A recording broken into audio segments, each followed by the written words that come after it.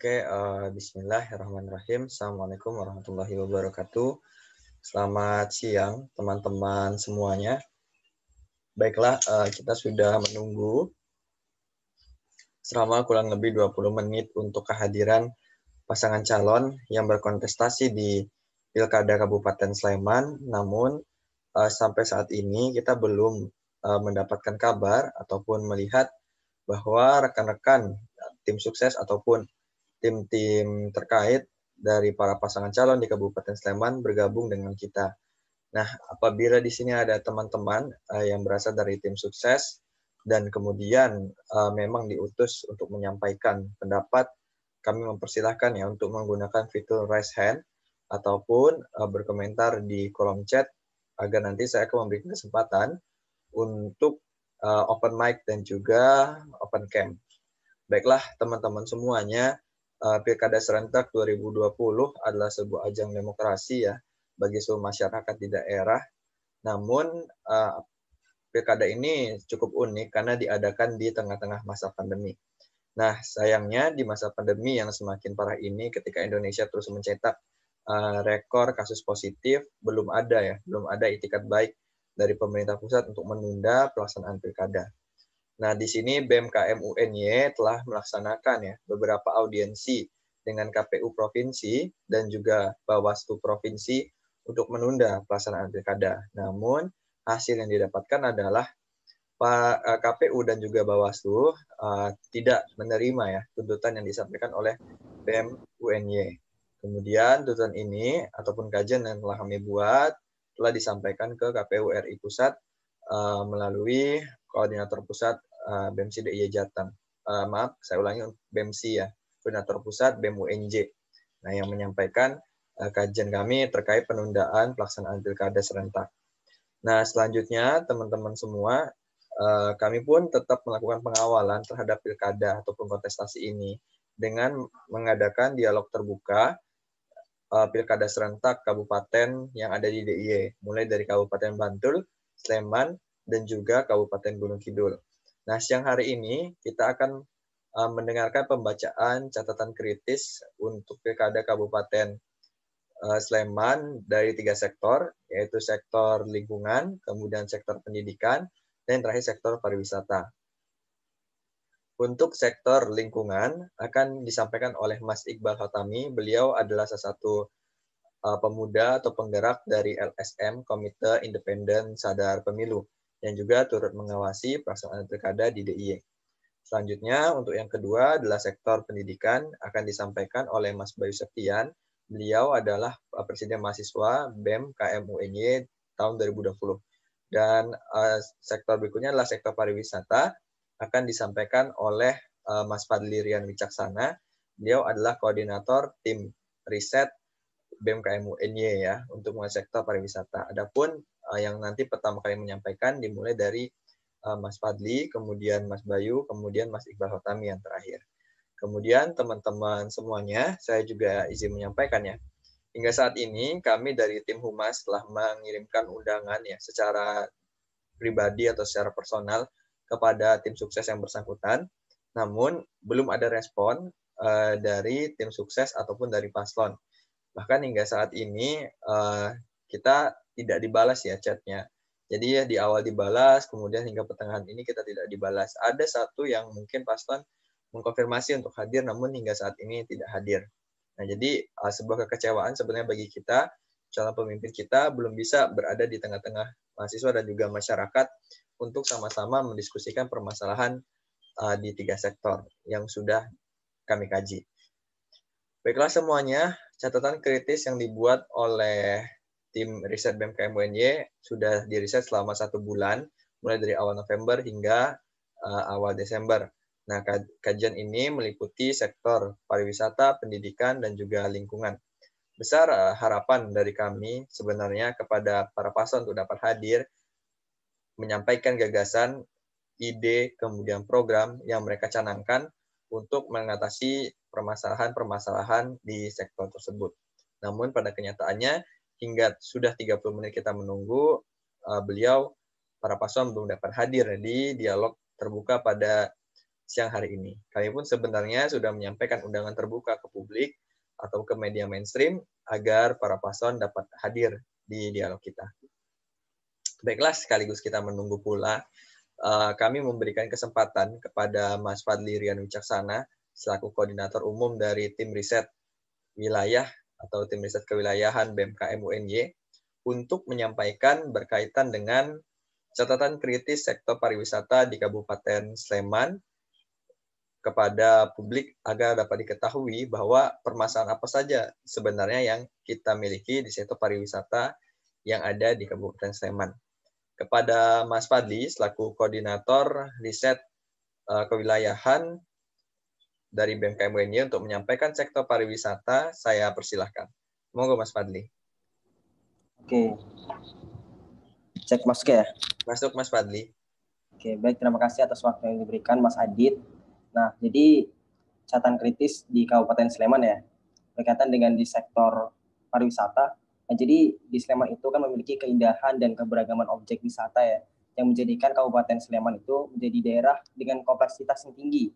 Nah, dengan tingkat kompleksitas yang cukup tinggi, Kabupaten Sleman ini menyebabkan kurang optimalnya dan juga kurang maksimal penyelenggaraan pengelolaan pariwisata yang ada. Nah, salah satu contohnya itu adalah pendirian tempat wisata The World Castle yang menuai masalah pada proses perizinannya. Nah, dalam hal ini seharusnya pemerintah lebih aktif memberikan solusi, pemberdayaan, dan pengelolaan, serta komunikasi yang intensif dengan masyarakat. Gitu. Nah, peranan pemerintah dalam penanganan potensi yang dimiliki Sleman ini masih terbatas dan juga kurang dalam pemberdayaan masyarakat, dalam terjun mengelola dan juga mengembangkan pariwisatanya.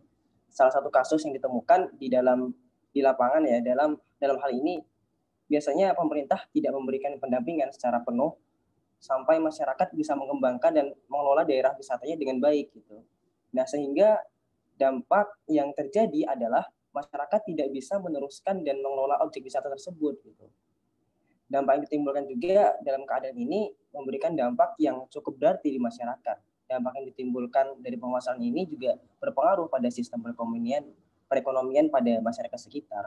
Nah, mungkin itu dulu yang ingin saya sampaikan ya dalam catatan kritis ini. Oke, gitu Mas Adit.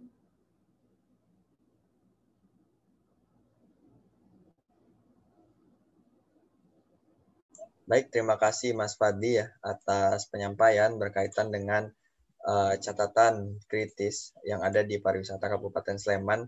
Sayang rasanya dengan keanekaragaman pariwisata yang ada di Kabupaten Sleman, namun apabila para kepala daerah tidak bisa memanfaatkan ini dengan baik, sehingga pariwisata hanya akan percuma ya. Apalagi di tengah pandemi seperti ini kita sangat membutuhkan ya pariwisata berkelanjutan, pariwisata yang memang bisa dapat membantu meningkatkan perekonomian masyarakat. Baiklah teman-teman semuanya, itu tadi penyampaian dari Mas Fadli berkaitan dengan catatan kritis di sektor pariwisata. Selanjutnya, mari kita dengarkan pembacaan catatan kritis di sektor pendidikan ya dari Mas Bayu Septian selaku Presiden Mahasiswa BEM KM UNY. Kepada Mas Bayu Septian, saya persilahkan. Baik, terima kasih Mas Adit. Sebelumnya, Bismillahirrahmanirrahim. Assalamualaikum warahmatullahi wabarakatuh. Salam hormat teman-teman semua. Yang saya hormati pertama Menteri Kajian Eksternal bersama kawan-kawan dari Kementerian, tim riset. Kemudian yang saya hormati seluruh panelis, ada Mas Fadli, kemudian ada Mas Iqbal Hatami dari KISP. Dan di sini ingin menyampaikan tentang kajian atau catatan kritis daripada sektor pendidikan yang ada di wilayah Sleman. Tapi di satu sisi, menyambung dari apa yang disampaikan oleh Mas Adi tadi tentang menyinggung terkait paslon yang tidak hadir, sudah kita tunggu beberapa menit, dan sama kejadiannya seperti tadi malam ketika kita melaksanakan proses dialog terbuka, kita sudah menggunakan berbagai macam cara untuk bisa mengundang, menghubungi seluruh paslon yang ada, dan nyatanya tidak ada satupun yang bisa menemui. Dan kita tunggu nih sampai akhir acara ini menyampaikan catatan kritis, apakah memang ada dari para paslon gitu yang hadir atau mungkin perwakilannya kayak gitu. Dan ketika memang tidak hadir, ya inilah kondisinya kawan-kawan semua.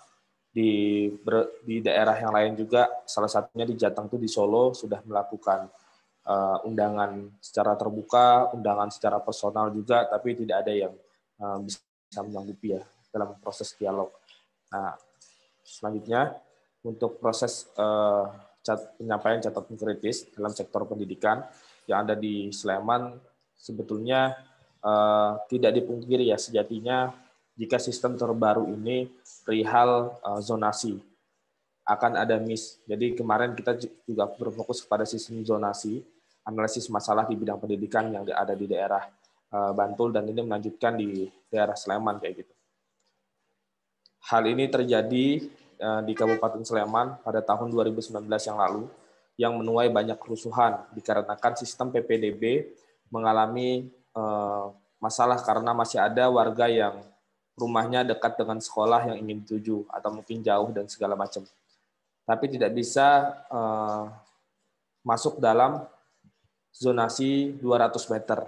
Jadi ada yang memang kondisinya dekat di sekolah itu rumah warga, tapi karena lewat dari 200 meter sesuai dengan zonasi radiusnya gitu, jadi sehingga tidak bisa masuk ke dalam sekolah tersebut. Oleh karenanya DPRD Kabupaten Sleman mengevaluasi dengan penerapan tahun-tahun selanjutnya.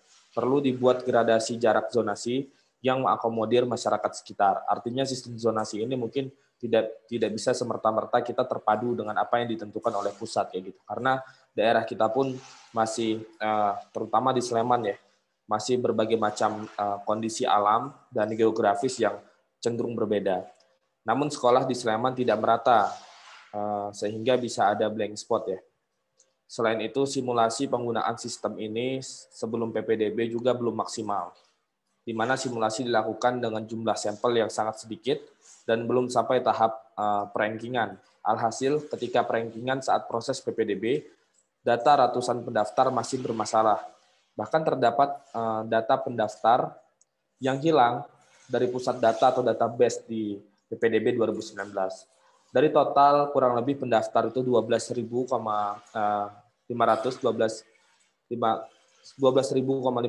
orang, ada sebanyak 260 pendaftar atau 2% yang masih bermasalah dari kuota siswa SMP negeri di Sleman pada 7.904 kursi yang disediakan. Kendala lain juga dapat dilihat ketika pengumuman peserta didik baru seharusnya diterima berdasarkan sistem zonasi, namun tidak masuk di daftar. Begitu sebaliknya yang seharusnya terlempar namun masih berada di dalam daftar. Artinya kecurangan-kecurangan pun terjadi ya. Kita menganalisis masalah yang ada di Kabupaten Bantul, ada yang namanya manipulasi perpindahan kartu keluarga dan seterusnya untuk bisa anaknya bersekolah mungkin dalam tanda kutip sekolah favorit dan seterusnya, sehingga ada penyelewengan di dalam hal ini, maladministrasi. Dan tidak memungkiri juga hal ini terjadi di daerah yang lain, terutama di daerah Sleman, sehingga di luar itu pun masih ada yang harusnya masuk sistem zonasi, tapi malah tidak terhitung masuk, ada yang harusnya tidak masuk, malah terhitung masuk. Nah, ini masih menjadi ketimpangan, terutama di dalam sektor pendidikan. Lagi-lagi kami menyampaikan sesuai dengan apa yang kita sampaikan di dalam forum yang lain, kayak gitu. Tadi malam khusus, tapi buat teman-teman yang tidak datang, apa yang kami sampaikan baik di bidang lingkungan maupun pendidikan, nanti kita akan menyampaikan di bidang pariwisata juga, itu sama sekali tidak menginiin semua ya, mengakomodir semua permasalahan yang ada di kabupaten tersebut. Artinya ini hanya sebagian kecil, terutama ini hanya 3 sektor ya, padahal banyak sektor yang lain yang perlu kita kritisi, tapi ini menjadi awalan bagaimana melihat calon pemimpin kita yang ada di Kabupaten Sleman untuk bisa mengatasi sebuah masalah yang coba kita analisis dalam sebuah kajian, dan di hari ini kita menyampaikan poin-poin kritisnya secara singkat. Sementara itu saja yang bisa saya sampaikan, nanti di akhir mungkin akan disampaikan oleh moderator Mas Adit selaku Menteri untuk menyampaikan tuntutan atau nanti siapa yang ingin menyampaikan tuntutan terkait proses ini, kita sambil menunggu juga calon kepala daerah yang ada di Kabupaten Sleman, paslonnya untuk bisa hadir, mungkin perwakilannya di forum kita pada siang hari ini. Kalau tidak, ya kita akan membacakan tuntutan itu, dan kita akan terus mengejar sih pasca dialog ini tidak hanya berfokus pada sini saja. Akhirnya kita akan menyerahkan kajian ke DPRD di daerah tersebut, atau mungkin nanti kita akan menyerahkan di DPRD di provinsi di DIY. Dan tanda tangan ini juga pun kita akan coba sebar ke paslon-paslon, terus kita kejar apakah berani ataupun tidak. Tentunya nanti kita akan melakukan pelaporan ya, ketika memang ada informasi lebih lanjut terkait menyetujui ataupun tidak terkait fakta integritas yang sudah kita sodorkan. Insya Allah kita akan menyampaikan itu di media sosial, terutama di BMKM UNJ, gitu, menyampaikan kepada teman-teman semua, atau mungkin nanti kita akan coba share di media yang lain, di konferensi pers kita, jika jadi nanti coba kita adakan, dan kondisinya kita akan memberikan sebuah kesimpulan apa yang sudah terjadi selama proses dialog terbuka yang sudah kita lakukan terkait paslon-paslon yang sudah kita undang dengan berbagai macam cara. Mungkin hanya itu saja yang sementara yang bisa saya sampaikan. Kurang lebihnya mohon maaf, saya kembalikan ke Mas Adit selaku moderator. Assalamualaikum warahmatullahi wabarakatuh. Waalaikumsalam warahmatullahi wabarakatuh. Terima kasih kepada Mas Bayu Septian yang menyampaikan catatan kritis di sektor pendidikan. Baiklah rekan-rekan semuanya, berikutnya adalah penyampaian catatan kritis di sektor lingkungan. Ini akan disampaikan oleh Mas Iqbal Hotami, LSM dari Komite Independen Sadar Pemilu. Pada Mas Iqbal Hotami untuk menyampaikan catatan kritis sektor lingkungan, saya persilakan. Baik, terima kasih moderator. Bismillah, Assalamualaikum warahmatullahi wabarakatuh. Sebelumnya sekali lagi perkenalkan, saya Muhammad Iqbal Hotami dari Komite Independen Sadar Pemilu, sebuah LSM yang bergerak di bidang pemilu dan demokrasi. Nah, termasuk dalam pilkada kali ini, kita jika di Sleman, kita melakukan pengawasan partisipatif, mungkin agak berbeda dengan ketika di Bantul, kita menjadi pemantau yang terdaftar secara resmi. Tapi bukan berarti kita tidak memantau juga di Sleman, kita tetap mengawal isu-isu pilkada, mengawal kontestasi para calon, dan melihat juga sejauh mana kemudian kualitas demokrasi yang ada di Kabupaten Sleman.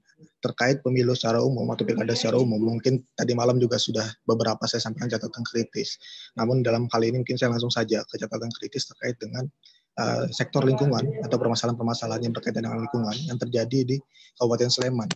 Berbicara masalah lingkungan, terutama sumber daya alam dan kelestarian lingkungan, tentu ini menjadi PR besar sebenarnya di daerah istimewa Yogyakarta, Jateng juga, dan tentu daerah istimewa Yogyakarta sebagai daerah yang istimewa harusnya juga mendapat perhatian yang khusus terkait dengan bagaimana kelangsungan sumber daya alam, bagaimana kemudian kelangsungan kebijakan dari kelestarian lingkungan yang ada di daerah istimewa Yogyakarta. Dan kalau kita merujuk kepada Undang-Undang Nomor 32 Tahun 2009, maka Undang-Undang ini kan memberikan jaminan sebenarnya bagi terwujudnya pembangunan dan memastikan lingkungan hidup yang dapat terlindungi dari usaha atau kegiatan yang menimbulkan kerusakan lingkungan atau pencemaran lingkungan hidup. Nah, artinya tidak ada pengecualian bagi seluruh kepala daerah untuk memfokuskan perhatiannya kepada kasus-kasus pencemaran lingkungan dan kerusakan lingkungan yang ada di daerah masing-masing. Maka isu lingkungan memang harus selalu dikawal, terutama pada kontestasi pilkada kali ini, karena tidak semua calon itu membawa visi, misi, atau program unggulan terkait dengan pelestarian lingkungan. Masuk di Sleman juga, yang saya amati juga kedua calon, kalau terkait dengan lingkungan, hanya sebatas pada penanggulangan bencana, tapi tidak menyentuh pada aspek-aspek bagaimana keberlangsungan pengelolaan lingkungan, bagaimana kemudian pengelolaan sampah, dan lain sebagainya. Nah, kalau dari segi pokok masalah, sebenarnya tidak jauh berbeda dengan yang terjadi di Kabupaten Bantul, bahwa masalah utama lingkungan utama yang terjadi di Kabupaten Sleman itu adalah tambang pasir sebenarnya, sama kayak di Kabupaten Bantul yang sudah saya jabarkan tadi malam. Nah, kenapa tambang pasir ini cukup mengancam, cukup meresahkan? Karena yang pertama, tidak ada upaya reboisasi atau menjaga kelestarian lingkungan dari penambang, dan bahkan ada penambang yang dinilai ilegal di lingkungan Kabupaten Sleman, yang mana tidak ada reboisasi inilah yang kemudian mengganggu kelestarian lingkungan yang ada di daerah Kabupaten Sleman, terutama daerah-daerah sungai-sungai yang menjadi tempat penggalian pasir. Nah, beberapa waktu lalu saya sempat berkunjung ke salah satu objek wisata daerah Sleman yang itu melewati penambangan pasir dan itu memakai alat berat. Nah, sepanjang saya melewati perumahan warga memang ada banyak sekali banner penolakan dari warga yang menolak keberadaan tambang pasir tersebut. Artinya sudah ada perhatian khusus dari masyarakat terkait dengan keberadaan tambang pasir yang condong dari beberapa tahun ke belakang ini menjadi permasalahan yang tidak kunjung diselesaikan oleh pemerintah, baik dari segi regulasi, dari segi perizinan, sampai dari segi aspek penanggulangan kelestarian lingkungan. Nah, yang kedua, selain pada daerah-daerah sungai, penambang ini juga sekarang justru masuk ke wilayah tutupan hutan pinus atau juga wilayah yang berdekatan dengan lokasi penambangan sebelumnya. Karena ada ekspansi lahan, akhirnya menggerus lahan-lahan pertanian penduduk juga. Dan ini tentu selain perampasan atau pengalihfungsian lahan yang meresahkan, truk yang lalu lalang di Kabupaten Sleman ini juga cukup meresahkan warga karena rusaknya infrastruktur seperti jalan, jembatan, dan debu yang berdampak kepada kesehatan masyarakat dan banyak hal lainnya. Dan juga yang terparah adalah jika berdasarkan data yang dirangkum, ada 185 jalur evakuasi bencana yang rusak akibat lalu lalang truk bermuatan pasir tersebut. Nah, ini kan tentu juga sebuah hal yang mengkhawatirkan bagaimana bisa jalur evakuasi bencana yang sebuah keniscayaan harus ada di daerah Sleman yang merupakan daerah dengan potensi bencana yang tinggi, justru dirusak di penambangan pasir atau distribusi pasir oleh truk-truk yang tidak bertanggung jawab ini. Kalau menurut data dari Dinas Pengairan, Pertambangan dan Penanggulangan Bencana Alam Kabupaten Sleman, bahwa kerusakan yang terjadi akibat penambangan ini meliputi beberapa aspek yang merugikan. Pertama, perubahan kondisi alam. Yang kedua, hilangnya kesuburan tanah dan perubahan tata air. Jadi secara dampak memang hampir sama yang dirasakan oleh warga di Kabupaten Bantul, di daerah-daerah sekitar Kaliopak dan sebagainya. Di Sleman juga warga-warga yang berada di sekitar aliran lava Merapi atau sungai-sungai besar yang ada di sana juga merasakan hal yang sama. Nah, selain itu juga Kabupaten Sleman yang merupakan daerah penyangga pertanian bagi daerah Yogyakarta juga justru terdampak secara sektor pertanian juga. Ada sekitar 12 dusun dan 4 pedukuhan khususnya di daerah Hargo Binangun yang selama ini mengandalkan aliran air dari Kali Kuning, dan sekarang justru Kali Kuning terdampak kurang lebih sebanyak 80 hektar akibat penambangan pasir yang terus marak dilakukan ini. Nah, ada aliran air yang membawa material itu berupa sedimentasi, sehingga pola perairan di pertanian itu rusak dan terganggu, yang mengakibatkan masyarakat gagal panen, mengakibatkan tumbuhan tanaman di tangan masyarakat juga tidak tumbuh dengan baik. Selain masalah pertanian juga, ini juga berdampak pada masalah mata air, di mana di beberapa padukuhan, khususnya di Kecamatan Turi, bahwa banyak masyarakat yang sangat menderita akibat matinya sumber air, dan kalaupun ada itu tercemar oleh kotoran-kotoran material yang dibawa oleh aliran sungai tersebut. Sehingga selama 6 bulan ke belakang, bahkan 1 tahun ke belakang mungkin, itu warga di sana justru hanya mendapat air bersih dari pemerintah desa dan relawan. Artinya ada ketergantungan air bersih kepada pihak tertentu akibat sumber air yang cenderung dirampas dan tidak bertanggung jawab oleh penambang-penambang pasir tersebut. Selain itu juga mungkin masalah reboisasi juga yang perlu mendapat perhatian oleh para calon kepala daerah yang sekarang kontestasi. Ada pohon yang tidak bisa tumbuh lagi di beberapa daerah, walaupun sudah ditanam, tapi mungkin tanahnya yang secara unsur haranya sudah rusak, akhirnya tidak bisa tumbuh dengan baik dan bahkan cenderung sekarang gersang, sehingga secara landscape sekarang itu kita amburadul di Kabupaten Sleman. Nah, selain masalah lingkungan di sektor tambang juga ada masalah di sampah juga. Hampir sama juga dengan Kabupaten Bantul, bahwa konsumsi sampah di Kabupaten Sleman itu cukup besar. Jika dihitung dari produk asli sebenarnya tidak cukup besar, hanya sekitar 2.500 meter kubik per hari. Tapi karena Kabupaten Sleman merupakan daerah yang sebagian besarnya adalah pendatang dan mahasiswa, maka jika digabung dari semua penduduk yang berdomisili Kabupaten Sleman, itu ada sekitar 800 meter kubik per hari, 8.000 meter kubik per hari produksi sampah di Kabupaten Sleman, dan 60%-nya adalah sampah plastik. Nah, sampah ini, kita bicara masalah sampah, sebenarnya bisa berdampak secara positif atau berpotensi ketika bisa dikelola dengan bijaksana, dikelola dengan efektif.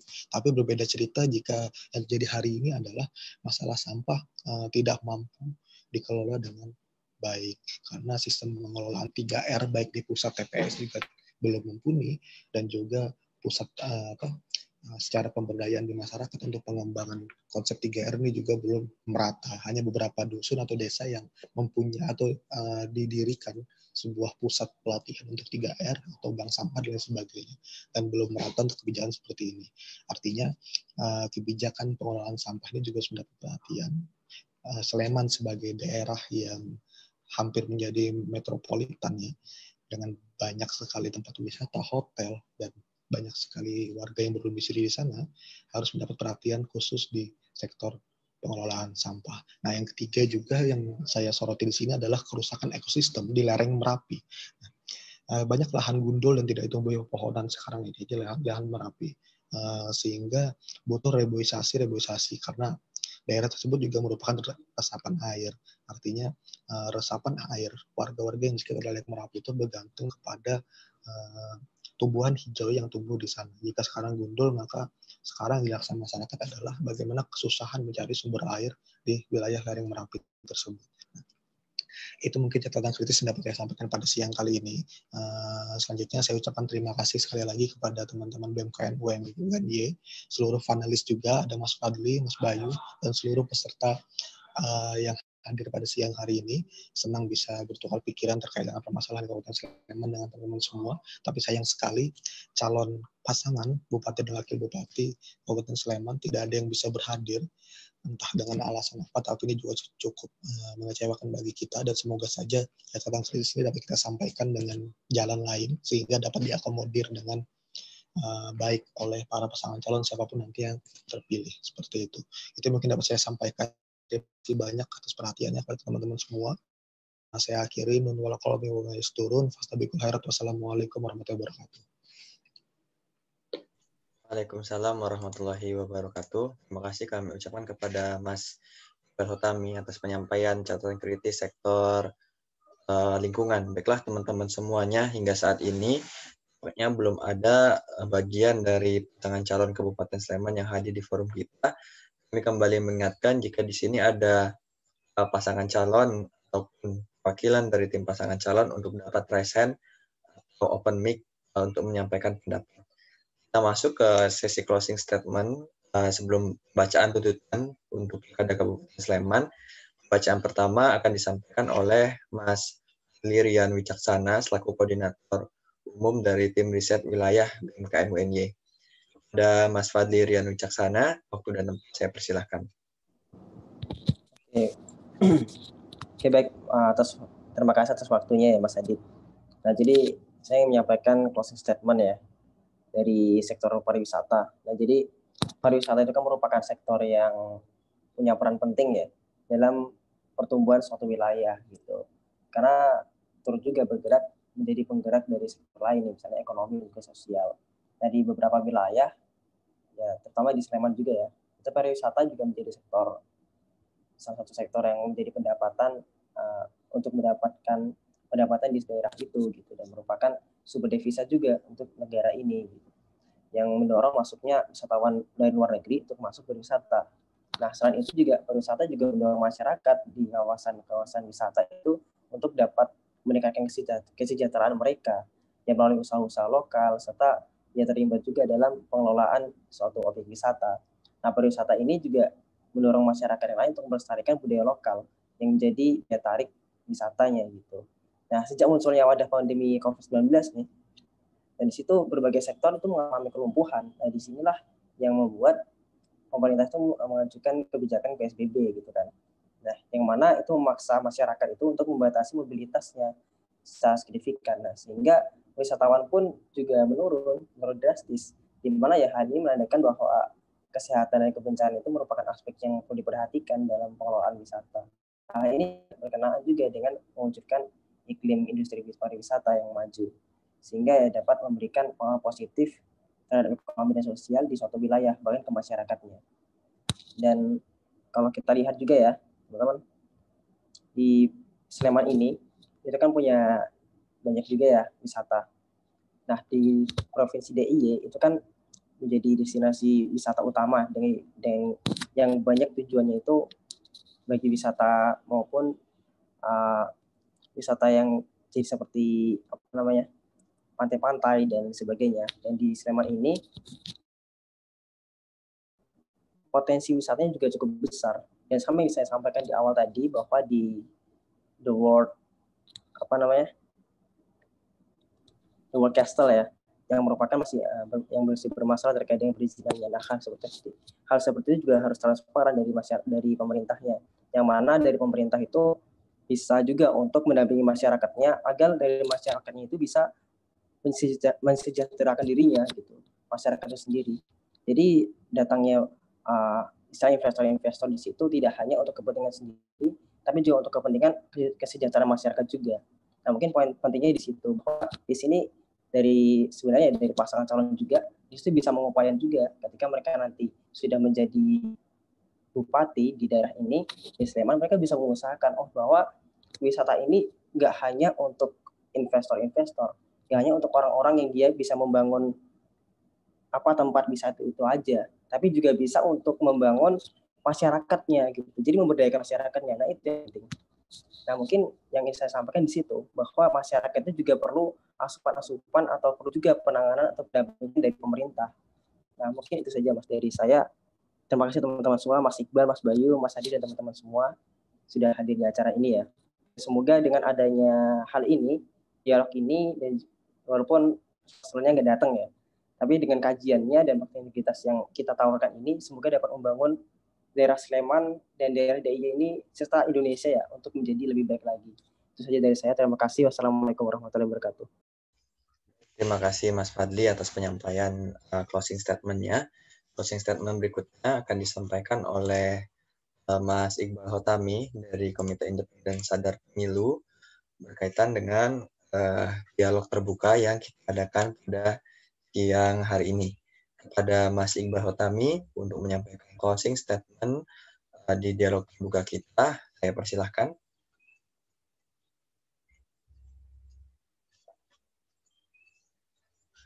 Halo Mas Iqbal, apakah sudah bersama kita di forum?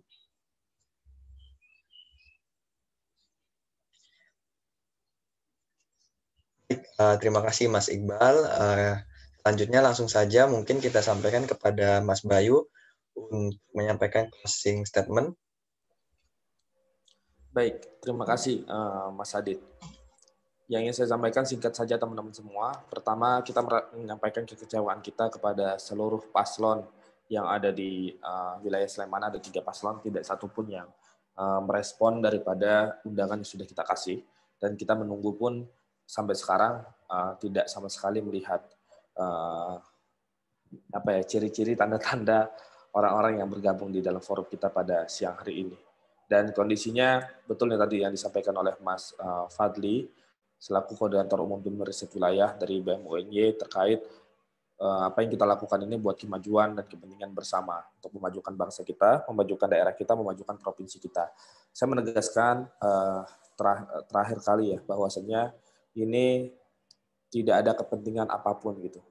Yang kita buat murni atas dasar kita peduli terhadap daerahnya, tidak ada kepentingan condongan 1 calon, 2 calon, atau mungkin ke partai manapun gitu, karena ini cukup sensitif apa yang kita lakukan pada siang hari ini, karena banyak tudingan-tudingan yang tertuju kepada kita, terutama di BEM UNY terkait kita punya kepentingan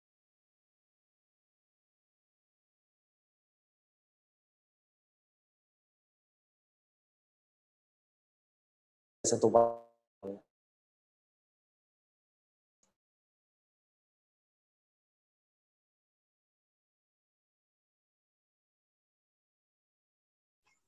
Maaf Mas Bayu, tampaknya jaringannya ya.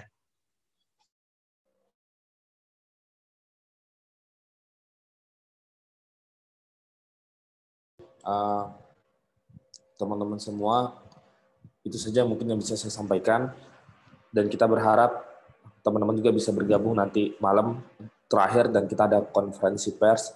Silakan teman-teman bisa datang. Tadi malam di Zoom ini nanti link kita share ke teman-teman semua pada jam 19.00 kita akan mulai forumnya dan daerah terakhir yaitu di Gunung Kidul. Kurang lebihnya mohon maaf, saya kembalikan ke moderator. Assalamualaikum warahmatullahi wabarakatuh. Baik, terima kasih Mas Bayu atas penyampaian closing statement-nya. Kami mohon izin juga kepada Mas Bayu untuk membacakan fakta integritas yang telah BEM UNY susun. Baik. Baik, siap. Sebentar Mas Bayu, ada sedikit. Oke. Atau perlu saya yang menampilkan, nggak apa-apa.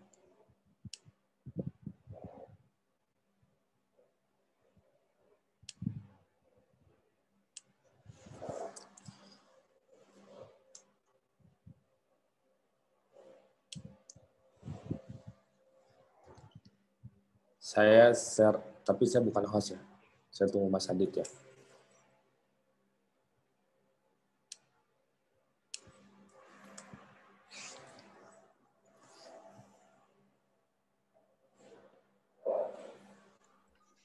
Baik, sebentar ya teman-teman, karena tim operator masih ada di belakang ya mengurus teknis. Nanti jika sudah akan kami sampaikan berkaitan dengan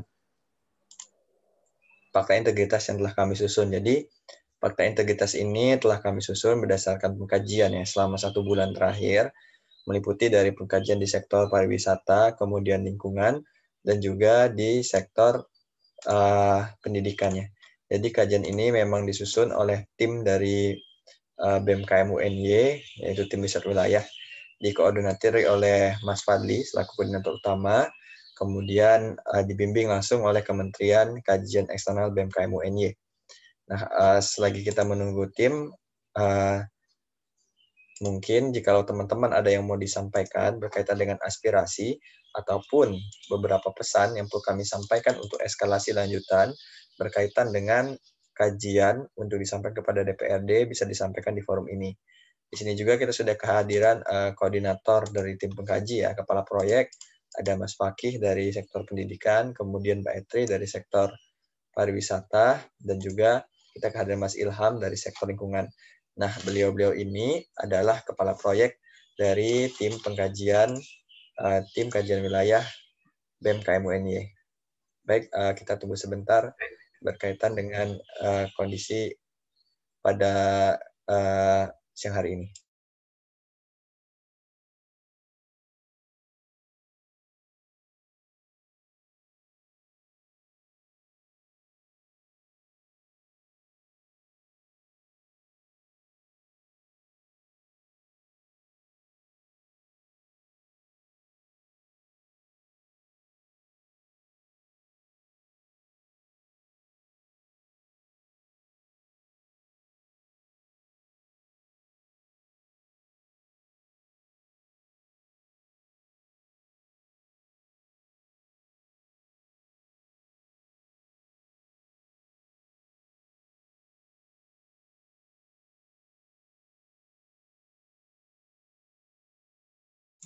Kami akan share screen ya berkaitan dengan fakta integritas Kabupaten Sleman.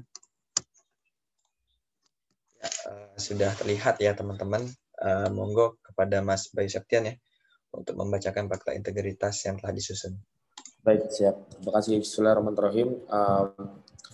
Fakta integritas BMKM UNY 2020 tentang permasalahan Kabupaten Bantul, sektor pendidikan, lingkungan, dan pariwisata.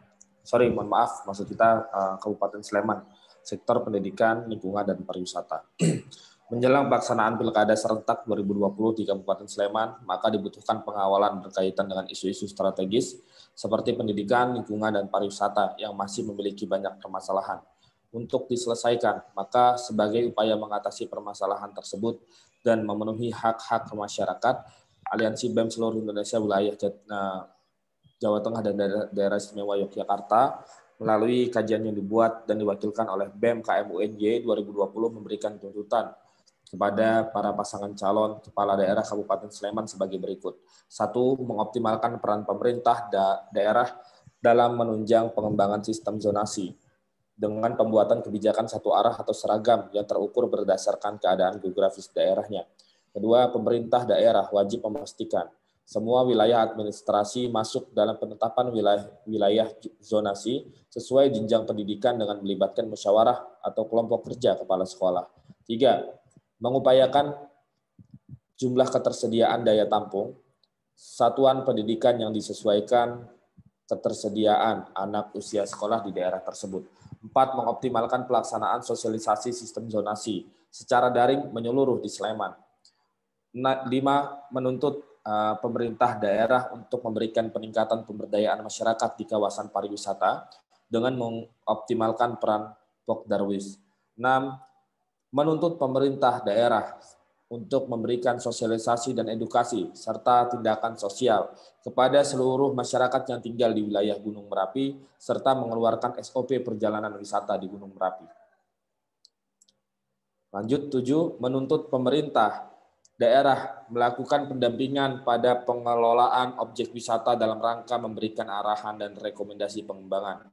8. Menolak pertambangan pasir di wilayah lereng Merapi dengan menggunakan alat berat dan segala bentuk alasan terkait dengan pertambangan yang mengakibatkan rusaknya lingkungan lereng Gunung Merapi, serta timbulnya penyakit ISPA yang menyerang warga sekitar daerah pertambangan. 9. Meminta pemerintah tidak menyetujui kegiatan pertambangan besar-besaran di wilayah Gunung Merapi dengan alasan apapun. 10. Melakukan reklamasi dan reboisasi bekas pertambangan untuk memulihkan mata air. 11. Terakhir, teman-teman semua, meningkatkan kesadaran akan lingkungan pada masyarakat dan perusahaan pertambangan.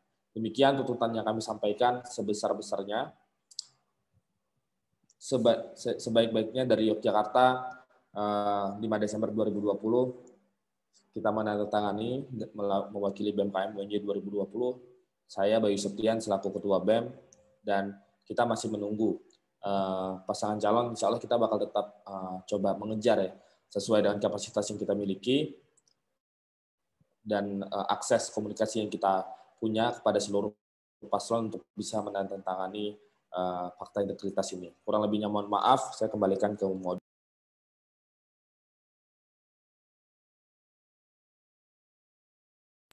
Mohon maaf Mas Adit, masih di mute.